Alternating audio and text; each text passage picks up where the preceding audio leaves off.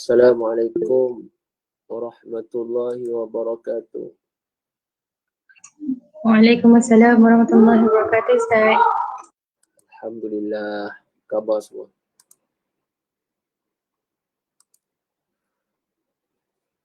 Alhamdulillah, wassalatu wassalamu ala rasulillah wa ala alihi wa sahbihi wa man walah. Rabbi shrah li sadri wa yassir li amri wa hlul 'uqdatam min lisani yafqahu qawli. Allahumma aghnina bil ilmi, ya Allah ya Tuhan kami, kayakan kami dengan ilmu. Wa zayyinna bil hilmi, dan hiasilah diri kami dengan sifat lemah lembut, sabar dan santun. Wa akrimna bit taqwa, dan muliakan kami dengan ketakwaan. Wa jamilna bil afiyah, dan kurniakan kepada kami akan kesihatan.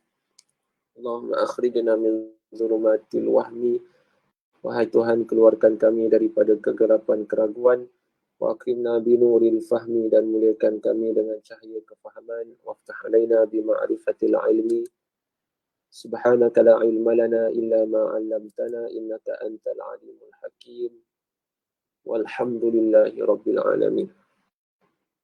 Alhamdulillah, kita panjatkan berbanyak-banyak rasa syukur kehadrat Allah Subhanahu wa taala kerana diberikan kesempatan, diizinkan oleh Allah taala, ditakdirkan oleh Allah taala untuk kita berkumpul semula, walaupun bukan pada fi makanin wahidin, bukan pada satu tempat yang sama, tapi pada fi sa'atin wahidatin, pada satu saat yang sama kita bertemu.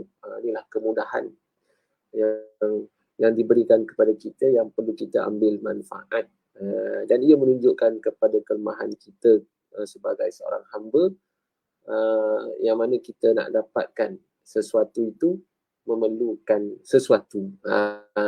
Itu menunjukkan kita adalah hamba yang lemah. Wa khuliqal insanu dha'ifa.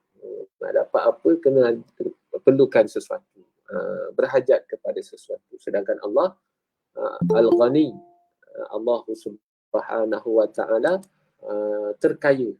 Terkaya, Allah taala tidak berhajat kepada apa-apa perkara.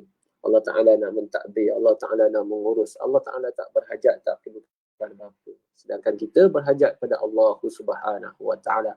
Allahus Samad, Allah tempat segala-gala perkara bergantung pada Allah Subhanahu wa taala. Sebab tu kita perlulah berhajat kepada banyak perkara.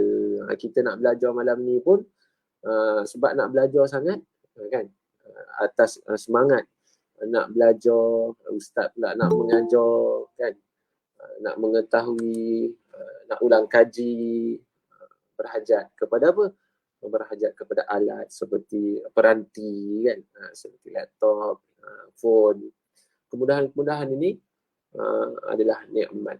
Jadi nikmat ni kita kena syukurlah. Antara cara syukur ni ialah mempergunakan, makna syukur itu mempergunakan pemberian Allah Ta'ala itu pada jalannya, pada caranya. Kalau mata Tuhan bagi, Tuhan suruh tengok, kan, tengok benda yang Tuhan suruh lah.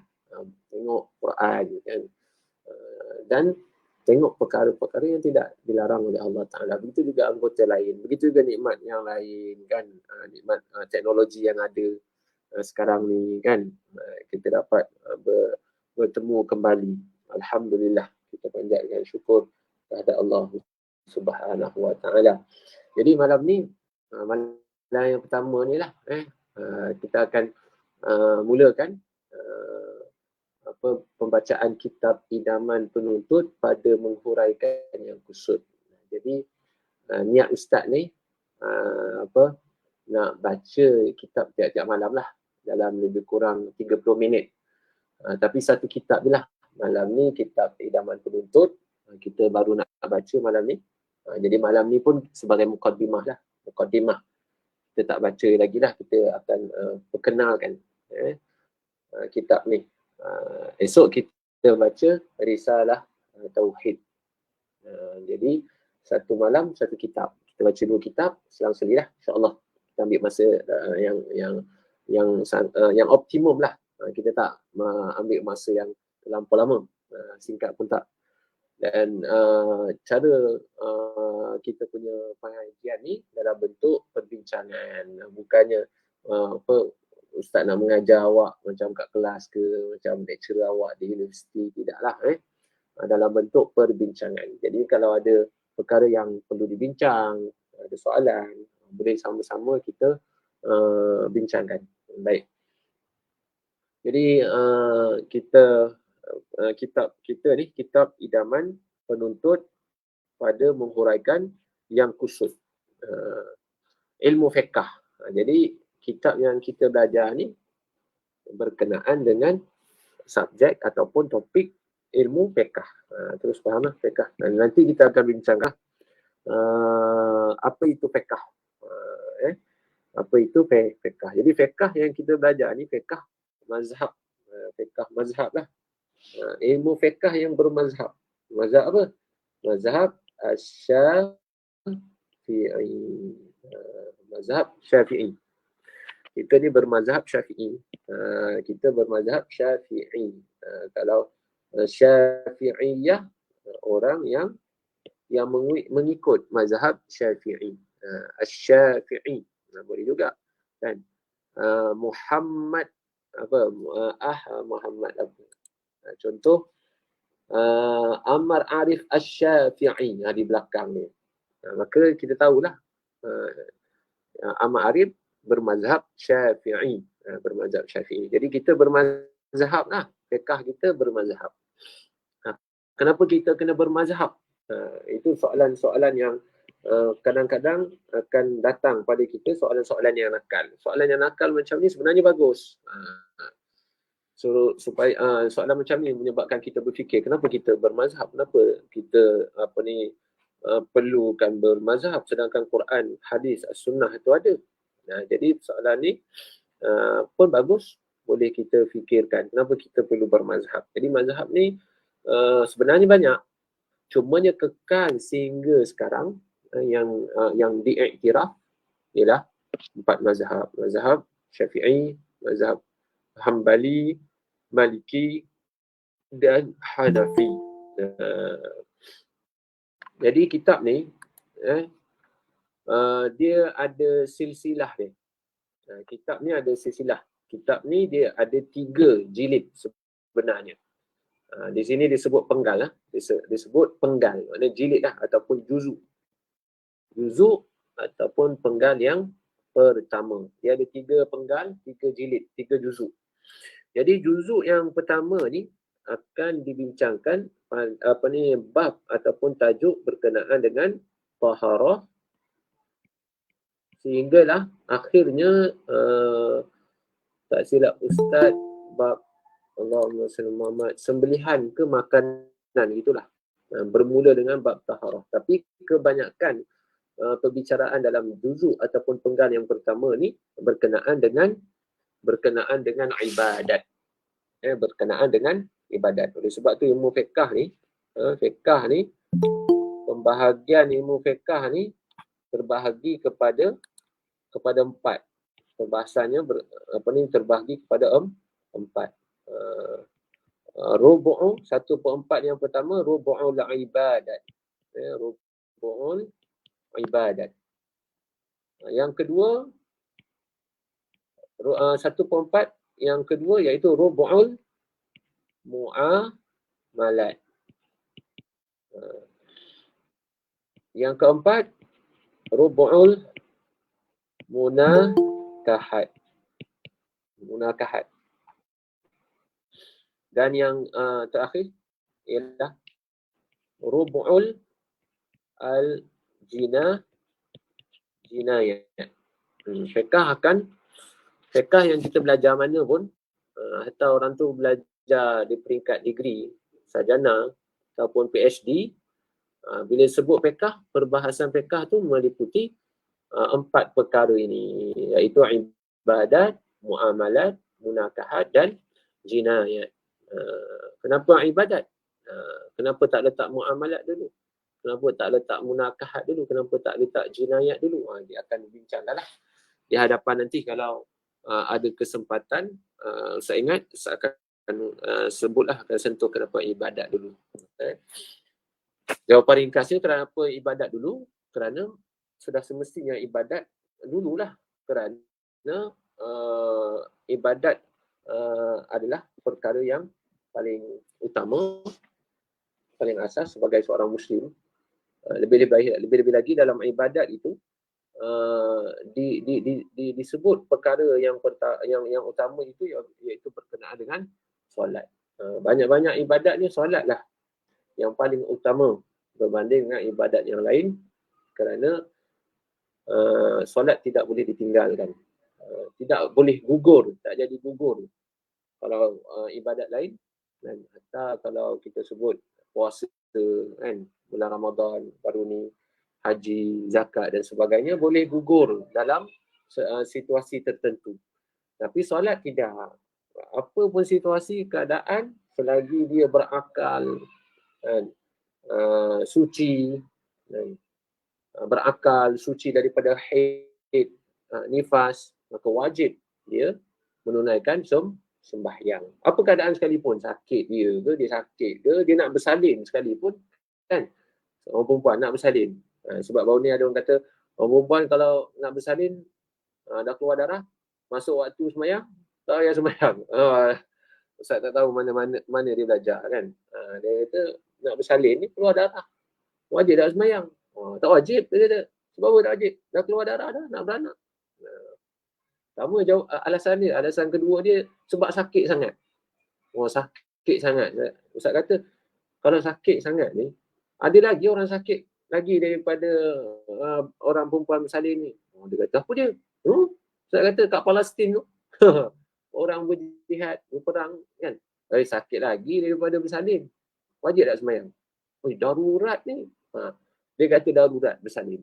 Orang duduk kat medan perang tu lebih daripada darurat lah. Tapi wajib sembahyang. Tak gugur sembahyang. Nampak? Kita kena faham tu. Jadi ibadat yang paling utama, yang paling agung, iaitu ibadat solat. Kan? Sebab apa agung? Sebab satu-satunya ibadat Allah Ta'ala mempersilakan, menjemput baginda Nabi Muhammad SAW ke Sidratul Muntaha, daripada Mekah ke Palestin, kan? Dari Palestin, Masjidil Aqsa ke langit pertama hingga langit ketujuh dan ke Sidratul Muntaha. Dia kata, riwayat kata bertemu dengan Allah Ta'ala, ada riwayat kata tak bertemu dengan Allah Ta'ala. Itu nanti bab akidah kita akan bincangkanlah. Baik. Kitab Idaman Penuntut pada menghuraikan yang kusut ilmu fiqh dikarang oleh Tuan Syekh Al-Haji Abdul Ghani bin Haji Yahya. Ni Al-Muwari, orang Muar. Orang Muar. Molek lah. Siapa-siapa orang Muar belajar kitab ni, ataupun orang yang pernah belajar di Muar, mesti tahu karya, peninggalan kitab tulisan yang diwariskan oleh ulama Muar, ulama Johor. Masya Allah. Jadi kena belajar lah. Kena semangat. Sebab kita orang Muar dan kita pernah belajar di Muar. Boleh jadi Al-Muwari, Ama Hazlan Al-Muwari. Kan? Sebab apa? Boleh kita nisbahkan pada tempat tu, walaupun kita bukan asal daripada tempat tu, kita tak lahir daripada situ, kita boleh dinisbahkan kepada tempat tu sekiranya kita mendiami di tempat itu lebih daripada setahun. Awak belajar kat sini 5 tahun. Sampai kata 5, boleh sangat digelar sebagai Al-Muwari. Dan kita pun belajar kitab yang dikarang oleh orang Muar. Baik. Jadi sebelum kita baca pendahuluan berkenaan dengan kitab ni, pendahuluan kitab Idaman Penuntut, moleklah kita terlebih dahulu mengenal pengasas mazhab yang kita panuti ni. Bukan kita beragama dengan mazhab. Jangan salah faham. Saya beragama, agama saya mazhab Syafi'i. Tidak. Tetapi kita memahami agama dengan mazhab. Faham? Mazhab ni bukan agama. Mazhab bukan agama. Tetapi kita memahami agama dengan bermazhab. Jadi kalau orang tu ada agama, dia kata dia ada agama, dia beragama Islam, tak ada mazhab, macam mana? Sebab kita nak faham agama ni dengan mazhab. Kan? Senang mudah kira ginilah. Awak masuk universiti, awak masuk UIA, awak masuk USM, awak masuk ikut mana? Masuk macam tu. Masuk macam tu je. Dia kata, boleh masuk macam tu? Awak ni gila lah. Mesti orang kata gitu. Awak ni gila. Kenapa awak kata gila? Mana ada orang boleh masuk universiti gitu-gitu je. Lepas tu, mesti dia lahir daripada mana-mana mazhab. Masya Allah. Mazhab mana? Mazhab Muar. Ma'had Muar. Dia lepasan SMKA Ma'had Muar. Sekolah kluster kecemerlangan. Kan? Siapa tak kenal Ma'had Muar? Dia daripada Kisas. Dia daripada SMKA Segamat. JB. Itu namanya mazhab. Nampak? Jadi orang yang tak bermazhab, bermasalah. Dia tidak ada metod. Dia tidak bermanhaj. Fikirannya tidak dibentuk. Cara dia berfikir, ilmu dia tu tidak dibentuk dengan cara yang betul. Sebab tu kita kena bermazhab. Itu dah jawapan dia tu. Jawapan dia dah dapat dah tu. Itu jawapan dia lah. Orang tanya kenapa bermazhab. Itu. Jadi janganlah kita terpengaruh sangatlah dengan orang yang tak ada mazhab ni. Kan? Ikut Quran, ikut sunnah. Tak betul tu. Songsang cara fikir dia. Cara faham dia tentang agama songsang. Bukan kata kafir, tapi sesat. Kemudian dia ajak orang pula dan menyesatkan. Allahu Akbar. Alhamdulillah. Nas'alullah as-salamah. Kita minta supaya Allah Ta'ala selamatkan kita lah daripada fahaman-fahaman ataupun doktrin macam tu. Okey. Setakat ni boleh ikut ke? Jadi ada beberapa Ustaz tengok ni pelajar Ustaz ni, Pak Mujahid ni masuk ni. Lepas ni Ustaz nak wajibkan Pak Mujahid dia belajar syariah PSI dengan Ustaz ni. Mereka ni nanti Ustaz nak wajibkan masuk kelas tambahan tuition berkenaan dengan fiqh. Sebab orang belajar syariah ni kena belajar fiqh secara secara khususi. Belajar PSI tapi tak tahu ke mana apa tu fiqh. Tanya fiqh tu apa? Tak tahu. Masalah. Kan? Siapa nama pengasas mazhab fiqh ni? Mazhab fiqh yang awak ni ikut ni? Tak tahu. Masalah besar. Dia ada masalah besar. Bila tak tahu, sekadar tahu yang apa belajar dalam kelas, lebih daripada buku teks dia tak tahu, itu menunjukkan ilmu itu hanya sekadar muqarrah, hanya sekadar sepatan. Jadi bila kita belajar ikut sukatan, maka akan lahirlah pelajar yang bersukat, hanya bersukat. Sukatan di situ je, lebih dia tak pandai. Masalah besar. Masalah besar. Lebih daripada buku teks dia tak pandai. Ini ilmunya tak hidup lah. Ilmunya tak boleh hidup. Ilmunya tidak boleh dia aplikasi dalam kehidupan sehariannya. Tak boleh lah gitu. Kan? Kita nak lebih. Sebab kita belajar ni ilmu ni kita nak guna. Itulah ilmu yang bermanfaat. Ilmu yang bermanfaat, ilmu yang pandu kita. Imam Ghazali sebut kan. Ilmu yang memandu kita, bawa kita ke jalan yang molek, betul. Jalan mana? Jalan agama lah. Ihdinas siratal mustaqim. Kita minta dalam dalam sembahyang kita tu, Tuhanku tunjuklah aku ke jalan yang lurus. Jalan lurus jalan apa? Jalan agama lah. Jalan agama. Jadi kalau kita belajar sekadar nak periksa nak dapat tak tunjuk manalah ilmu tu kepada agama. Bila tak tunjuk pada agama, tu tanda ilmu kita tidak bermanfaat. Apa pun ilmu lah, awak belajar awak budak sains, awak belajar kimia, fizik, apa semua, awak kena pastikan ilmu tu memandu awak. Memandu kita kepada agama. Tak pandu pada agama, berat. Bergerak nenang. Nampak? Baik, muqaddimatun fil mazhab Syafi'i. Ini bukan Ustaz nak baca satu-satu ni. Sekadar sekali lalu je. Sebagai nak perkenalkan. Takut-takut tak kenal. Siapa yang mengasaskan mazhab yang kita ikut ni? Mu'assisun mazhab. Dia panggil pengasas. Hak letak, peletak. Ataupun dia panggil wadih. Tukang letak batu. Wadih. Wadih, pengasas. Ataupun muassis, pengasas mazhab. Siapa dia? Jangan buat-buat tak kenal. Muhammad bin Idris Asy-Syafi'i Al-Mutallabi. Syafi'i. Imam Syafi'i, panggil Imam Syafi'i. Nama Imam Syafi'i tak tahu. Panggil Syafi'i je. Namanya Muhammad bin Idris Asy-Syafi'i Al-Mutallabi.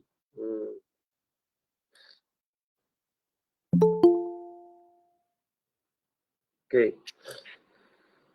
Dan Imam Syafi'i ni dia punya keturunan bertemu dengan nasab Nabi SAW. Dan Imam Syafi'i lahir di Gaza, tempat konflik yang sudah berdekad lamanya kan. Berlakunya konflik di Gaza pada tahun 150 Hijrah. Dan Imam Syafi'i berhijrah ke Mekah dan dia belajar dengan gurunya Al-Imam Khalid bin Muslim Az-Zanji, mufti Mekah. Belajar dengan mufti Mekah. Lagi Fudail bin Iyad, Sufyan bin Uyainah. Ni di antara guru-guru Imam Syafi'i. Ni orang-orang hebat-hebat belaka ni. Tak debel. Orang Kelantan kata tak debel. Tak debel belaka ni. Imam Khalid Az-Zanji, Fudail bin Iyad, Sufyan bin Uyainah. Tak debel belaka ni. Kena cari ni. Kena cari tarjamah, biodata. Ustaz dah bagi biodata Imam Syafi'i, awak kena cari biodata ni. Tu kerja rumah awak. Kerja rumah main-main. Siapa cari, dia dapatlah. Siapa yang tak cari, dia tak dapatlah. Siapa Fudail bin Iyad, siapa Sufyan bin Uyainah. Ada cerita-cerita dia kutip. Nanti boleh share dalam kelas akan datang. Cerita kat kita orang pula. Kemudian Imam Syafi'i pada umur 12 tahun, dia pergi ke Madinah. Ini cerita yang Ustaz dah sebut tu. Dalam video yang Ustaz buat tu. Pada umur 12 tahun. Dan hafal Muwatta' dalam masa 9 hari. Hafal Muwatta' dalam masa 9 hari, bos. Bukan 19 hari. 90 hari pun bukan. Genius Imam Syafi'i. Bahkan ulama sebut berkenaan dengan manaqib Imam Syafi'i ini.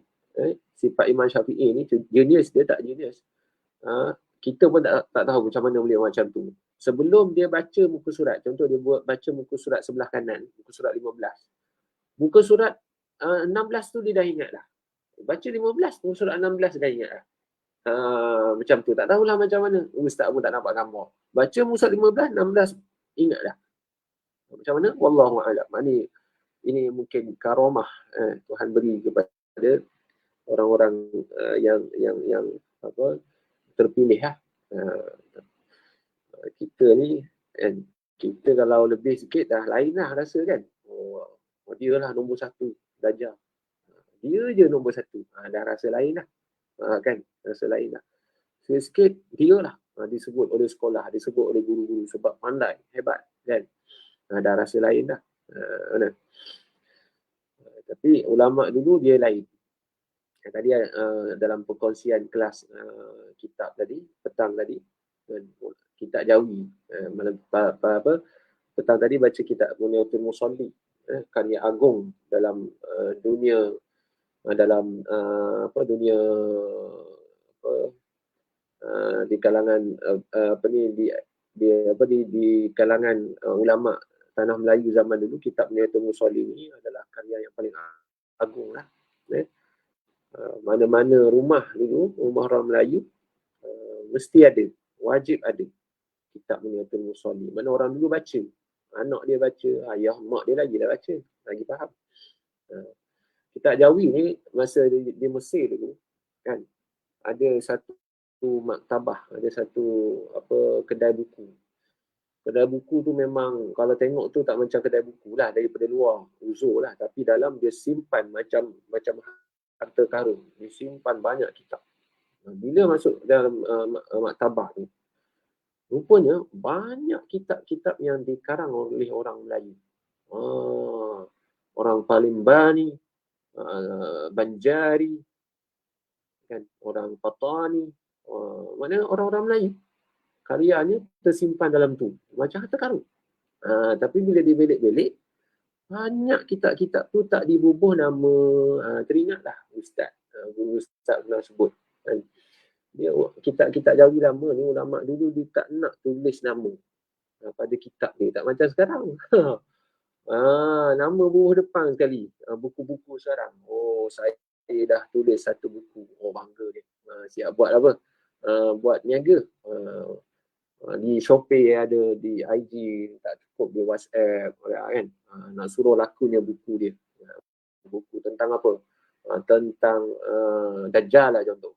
Kan? Suka dia. Tapi ulama dulu tak mahu tulis nama. Sebab apa? Sebab nak jaga hati. Jaga hati. Yang kedua, ulama dulu dia karang-karang, dia tak nak bubuh nama. Sebab apa? Dia tak nak anggap itu karya dia. Dia kata dia nak letak, kalau Tuhan terima amalan dia dengan menulis kitab ni, Tuhan terima, maka orang akan baca, orang ambil manfaat. Kan? Maka adalah sampai pada kita contoh kitab ni lah. Kitab Muniatul Musalli ataupun kitab ni kan. Kitab Idaman Penuntut. Ditulis dengan tangan asalnya. Nanti kelas yang akan datang Ustaz akan tunjuk tulisan tangan asal Tuan Pengarang kitab Idaman Penuntut ni. Kemudian cucu dia tulis, cucu Syekh Abdul Ghani ni tulis. Type. Mesin type dulu tu. Kan? Jadi apa ni, kita ni kalau tulis lah kan, kalau tulis, nak kata kita tulis apalah, apa-apa kita tulis, tahan lama mana. Dan siapa nak baca? Kan? Kalau kita buat nota lah sebagai contoh, siapa nak tengok, siapa nak pinjam, siapa nak bertulis? Ada. Tapi siapa punya nota? Nota yang kemas lah, cantik lah. Tapi kalau nota kita tulis tu macam cacing kerawit kan, A tak lupa A, siapa nak pinjam putus state? Tak ada. Kan? Tapi yang cantik tu, tahan lama mana? Setahun ke? Habis PM bertabur lah. Kan? Berhujan, panas. Situ lah. Budak dah balik rumah lah. Tuan dia asal tu tinggal buku kat situ. Ni. Allahu Akbar. Ni budaya yang tak elok lah. Tak menghormati ilmu. Macam mana nak berkat ilmu? Kan? Macam mana nak jadi hebat macam ulama dulu? Dengan ilmu pun kita tak jaga. Tak jaga adab. Jauh sekali lah. Jauh sekali kita nak sampai kedudukan maqam ulama yang terdahulu, para salafus soleh. Baik. Kemudian Ustaz nak baca lagi di sini secara laju. Wa ta'ahhala lil fatwa wa huwa fil khamisati asyara fi umrihi. Pada umur 15 tahun, masya-Allah, sudah dapat kelayakan untuk memberi fatwa, masya-Allah. Kerana apa? Kerana dia mahir dengan syair Arab dan tahu bahasa. Banyak bahasa Arab ni Imam Syafi'i sangat expert. Kemudian daripada Madinah dia pun berhijrah untuk dalam edisi menuntut ilmu tu, berhijrah ke Yaman. Belajar ke Yaman, jumpalah beberapa guru, di antaranya Amru bin Abi Salamah, Hisham bin Yusuf Al-Qadi. Kemudian berhijrah ke Iraq. Berhijrah di Iraq ni, Imam Syafi'i mengasaskan madrasah ataupun mengasaskan madrasah lah, satu bentuk mazhab lah, dipanggil qaulu jadid. Di situ timbul fatwa-fatwa, banyak fatwa-fatwa Imam Syafi'i di Iraq. Di Madinah, di Mekah ada fatwa? Tak ada. Sebab apa tak ada? Adab Imam Syafi'i terhadap gurunya. Di Mekah, ramai guru dia. Ramai. Kan yang kita sebut tadi. Di Madinah, lagi kedebel kat situ. Tok debel dia. Siapa? Imam Malik. Tak berani. Imam Syafi'i, adab Imam Syafi'i. Dia tak keluarkan fatwa. Tapi bila Imam Syafi'i di Iraq, Imam Syafi'i orang kenal.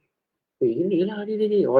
Masa tu tak ada IG ni, tak ada FB, TikTok tak ada. Cuma orang dengar dah. Imam Syafi'i ni glamour dia di Mekah, di Madinah. Dan di Iraq tu Imam Syafi'i walaupun tapi tetap Imam Syafi'i walaupun di Iraq, Imam Syafi'i belajar, berguru, ada guru-guru dia, tetapi Imam Syafi'i berfatwa kerana di sana Imam Syafi'i sudah menjadi panutan, maknanya sudah menjadi rujukan. Walaupun begitu Imam Syafi'i tetap berguru, ada guru-gurunya di Iraq. Kemudian dia berhijrah ke Mesir. Berhijrah ke Mesir, maka adalah yang dipanggil fatwa-fatwa yang baru, qaulul jadid. Ni banyaklah cerita dalam ni. Kemudian kita pergi kepada a'immatul mazhab. A'immatul mazhab insya-Allah kita akan selitkan pada kelas akan datang. A'immatul mazhab yang kedua kita akan bincangkan nanti, selitkan nanti sebelum daripada kita baca idaman penuntut pada kelas akan datang. A'immatul mazhab maknanya para imam, imam-imam dia yang mengikut mazhab Syafi'i. Para ulama yang ikut mazhab Syafi'i. Di antaranya siapa? Imam Ahmad bin Hanbal. Di sini. Ditulis di sini. Imam Ahmad bin Hanbal di antara pengikut mazhab Syafi'i. Anak murid Imam Syafi'i. Baik.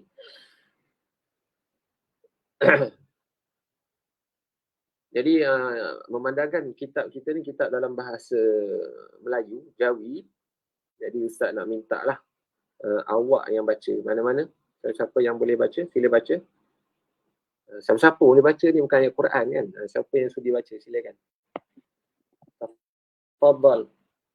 Jadi sebelum kita baca ni, minta kawan kita seorang baca, kita sama-sama sedekahkan Fatihah kepada Tuan Pengarang kitab Idaman Penuntut, para imam mazhab dan imam mazhab, iaitu Imam Syafi'i, Imam Muhammad bin Idris Asy-Syafi'i. Al-Fatihah.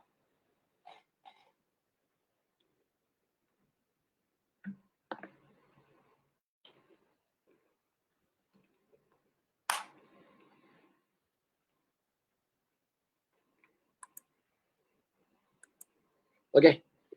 Siapa nak baca? Sila. Nak dengar suara. Rindulah nak dengar suara ni. Sila.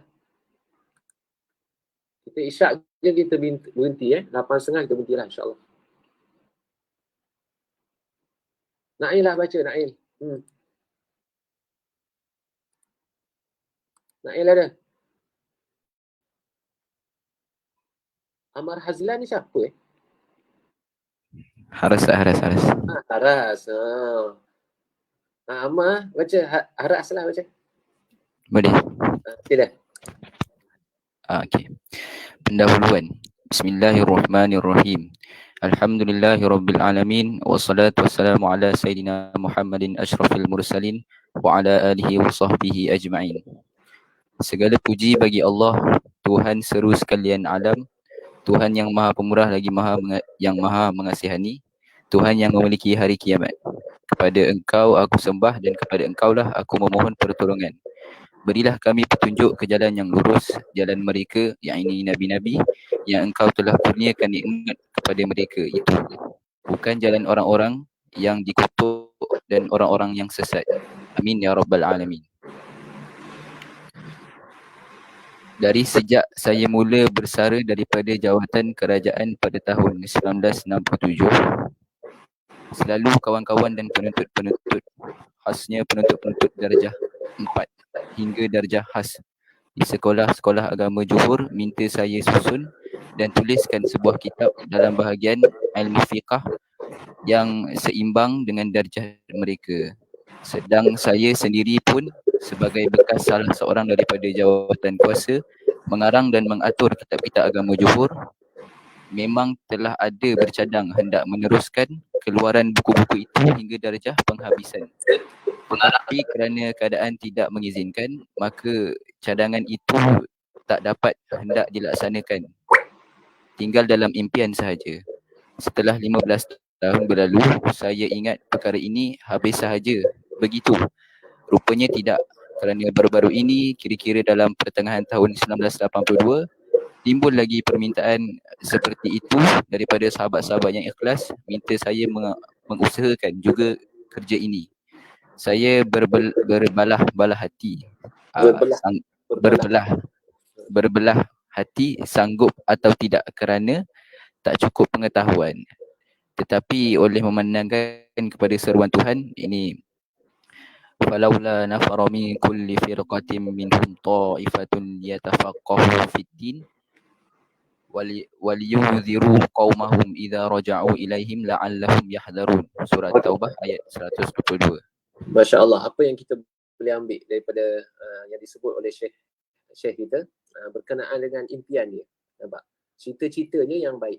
Dia panggil Allahumma salli ala Muhammad, dia panggil azam, bukan Allah, ilham. Ilham. Bukan ilham syamil lah, ilham.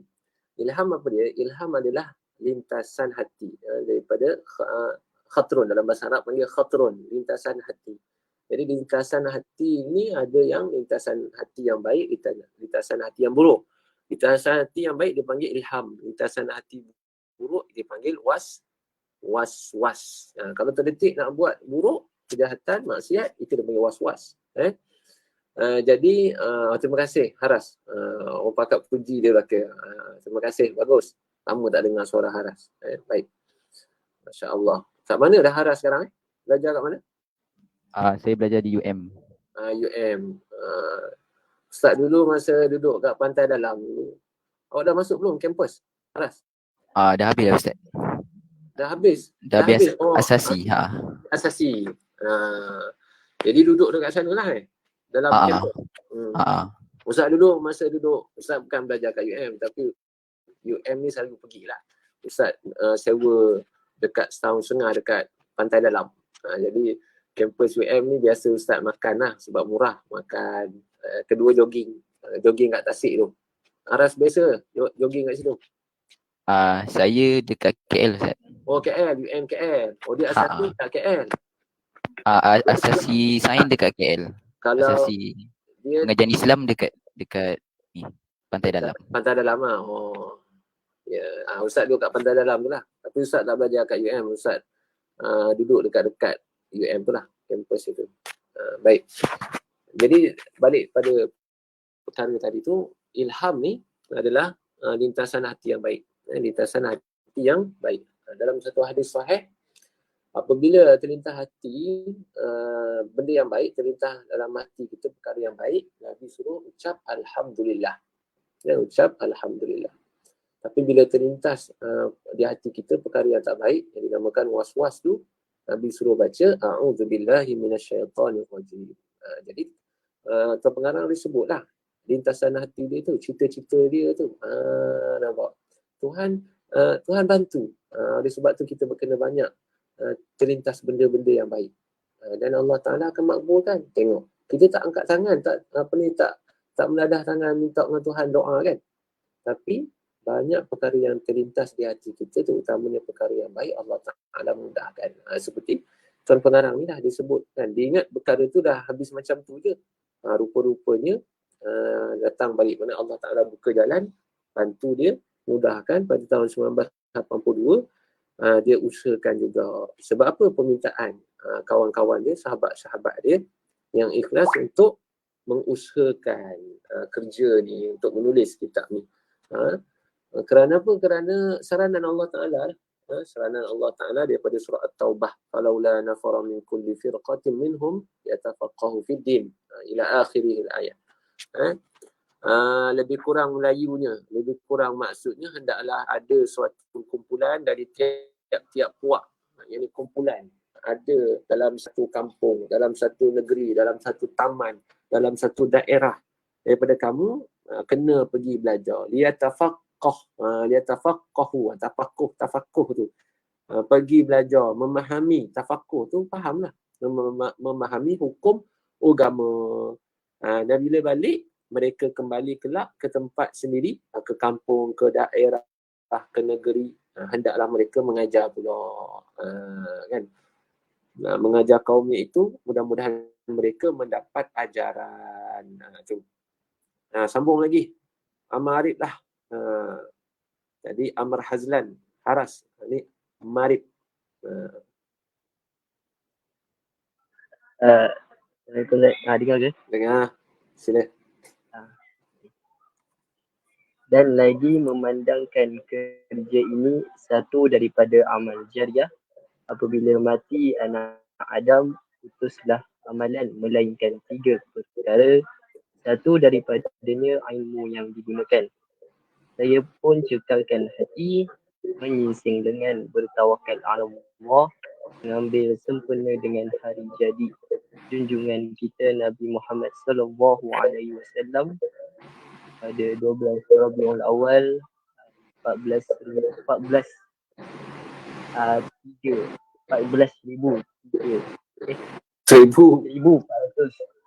Hijrah bersamaan dengan 28 Disember 1982. Saya pun memulakan sedikit demi sedikit, iaitu sebagai sambutan Maulid bagi diri saya. Alhamdulillah, maka terlaksanalah ia bagaimana yang ada.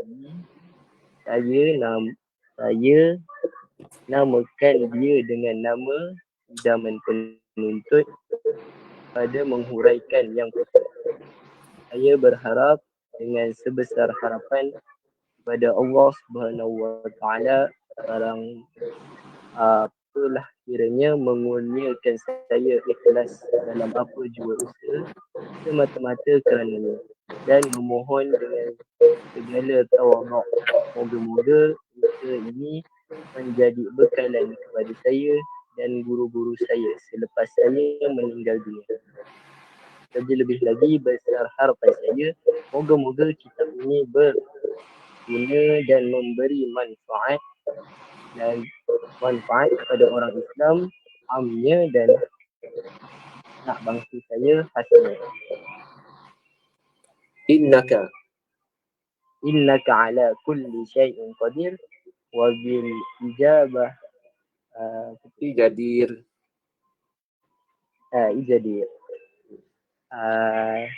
Dua. Sandaran saya dalam kitab ini ialah dari pertama kitab Matla'ul Badirin wa Majma'ul Bahrain. Yang kedua kitab Al-Baijuri, dan yang ketiga adalah kitab Mujairimi Iqna.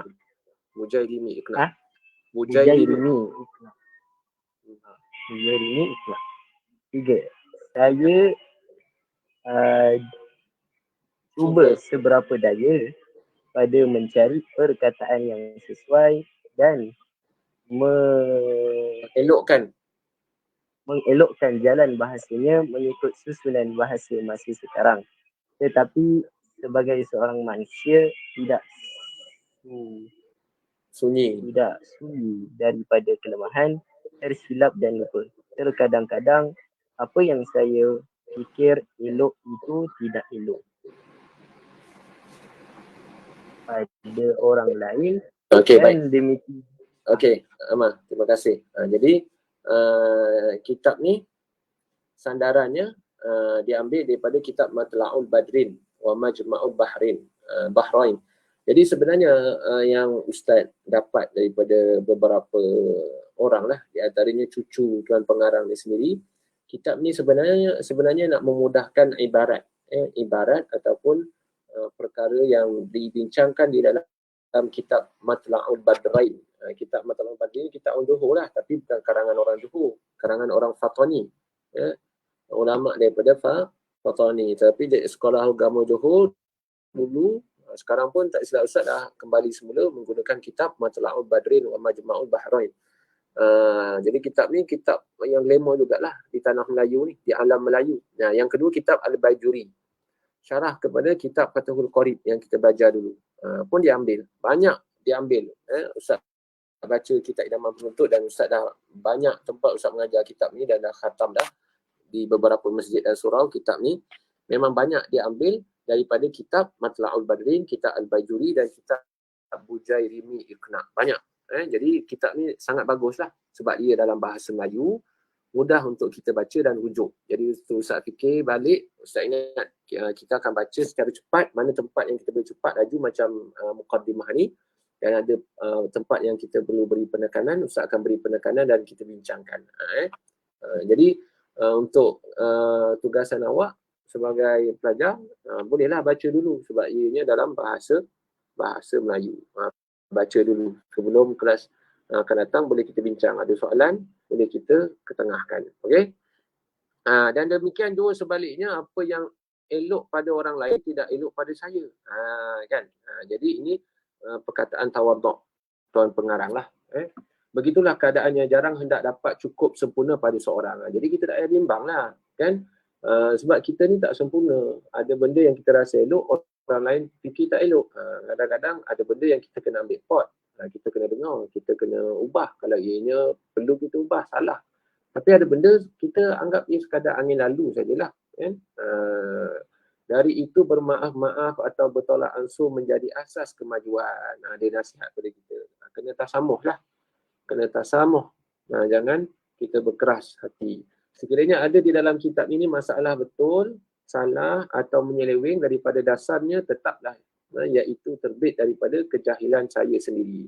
Jadi setakat ni yang Ustaz dah baca dan khatam beberapa tempat, dan Ustaz dah merujuk berbincang dengan beberapa guru Ustaz. Jadi apa yang disebut dalam kitab ni sangat bagus dan tepat. Mengikut mazhab Syafi'i. Sangat elok. Bahkan guru Ustaz di antaranya yang selalu juga Ustaz bertanya, Ustaz Wan Junaidi, dia pun baca kitab ni dalam dia punya slot di radio Terengganu, radio RTM, radio tu lah, di Terengganu. Dia baca kitab ni. Kitab ni sangat elok. Bahkan ada setengah pondok-pondok pada asas pengajaran fiqh akan membaca kitab Jawi yang mudah bahasanya, iaitu kitab Idaman Penuntut yang ada di hadapan kita ni. Dan apa tu? Dia kata tu, bak kata Imam Syafi'i, pukulkanlah masalah itu ke dinding. Kan? Pukulkanlah masalah itu ke dinding dan peganglah yang betulnya. Dan jika tiada keberatan, sila berjumpa saya. Atau beritahu dengan surat. Tulis surat. Alamat saya, tengok. Tulis surat tengok kok sampai ke. Nombor 1, Jalan Haji Yaakob, Kampung Muhammad Amin, Johor Bahru. Jadi tuan pengarang ni dia tak duduk di Muar, dia lahir asal dia di Muar. Tetapi dia menetap bermukim bermusaltin di Johor Bahru dan kuburnya pun di Johor Bahru. Saya sedia membetulkan apa yang salah atau menyeleweng itu dengan mengucapkan ribuan terima kasih. Jangan hantarlah kat alamat ni. Tapi kalau try hantar, dia balas, jangan ketakutan pula. Beritahulah Ustaz. Dia balas Ustaz. Kan? Okey, Al-Haji Abdul Ghani bin Haji Yahya, Johor Bahru, 22 Jumadul Akhir 1403, 6 April 1983. Itu mukaddimah daripada pengarang. Kemudian nanti kita akan masuk mukaddimah kitab. Mukaddimah kitab muka surat 4. Wallahu ta'ala a'lam. Ada nak tanya ke?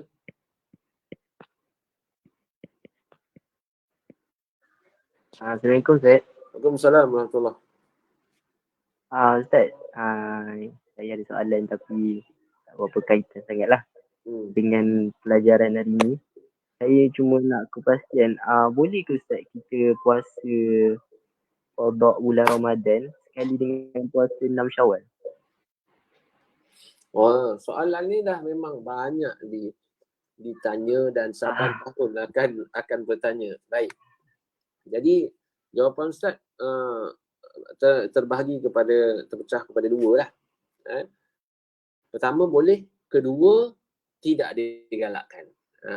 Tidak digalakkan. Pertama boleh makna kita niat qada puasa. Bukan niat puasa sunat digabungkan dengan qada, tak. Niat puasa qada. Puasa qada ni puasa wajib lah. Bulan Ramadan kita tak puasa, lepas tu kita nak puasa. Sebab apa kita nak puasa? Sebab pada bulan Ramadan ada hari yang kita tak puasa disebabkan masyaqqah ke, sakit ke, datang bulan ke dan sebagainya. Kemudian kita qada pada hari-hari pada bulan Syawal. Maka kita niat macam biasalah, niat puasa wajib ni mesti sebelum daripada terbit fajar. Terbit fajar. Kan? Maka kita pun niatlah. Tapi kalau dah terbit fajar, maknanya dah masuk subuh, kita baru nak niat puasa qada, tak sah lah. Tapi nak puasa Syawal, kalau kita puasa qada, maka kita nak gabungkan dengan niat puasa Syawal, maka boleh, tak ada masalah. Jawapan yang kedua tak digalakkan. Ini di antara yang disebut oleh guru ustaz, guru kami, Tuan Guru Baba Ismail Sepanjang. Dia tak bagi, dia suruh asingkan puasa Syawal, puasa 6 Syawal, puasa 6 Syawal. Faham? Jadi nak pilih mana? Pilihlah yang kita rasa kita mampu lah. Kan? Tapi kalau kita rasa kita nak lebih, kan? Orang kalau diberi gaji 1,000, gaji dia biasa tiap-tiap bulan RM1,000, lepas tu diberi tawaran untuk upkan 3 bulan. Oh, tak nak? Nak lah Ustaz. Maka macam tu jugalah ibadat. Ibadat pun sama lah. Kalau kita rasa kita nak lebih, maka kita buatlah lebih. Gitu. Boleh, Amal? Oh, Amal. Boleh, itu je. Lain? Tak ada, Setakat tu je dulu. InsyaAllah kita sambung esok hari. Di waktu yang samalah. Tiap-tiap hari lah insyaAllah. Kalau Ustaz ada kelapangan, maknanya tiap-tiap hari lah. Kalau Ustaz ada kerja ke ada urusan lain, baru Ustaz kata kelas tak ada lah. Kita tangguhkan. Tapi buat masa ni kita buat tiap-tiap malam. Lepas maghrib di antara 7.50 sampai lepas setengah ni kita dah lebih. Okey, bertemu lagi esok hari insyaAllah. Hadza wa billahi taufiq wal hidayah. Assalamualaikum warahmatullahi wabarakatuh. Terima kasih.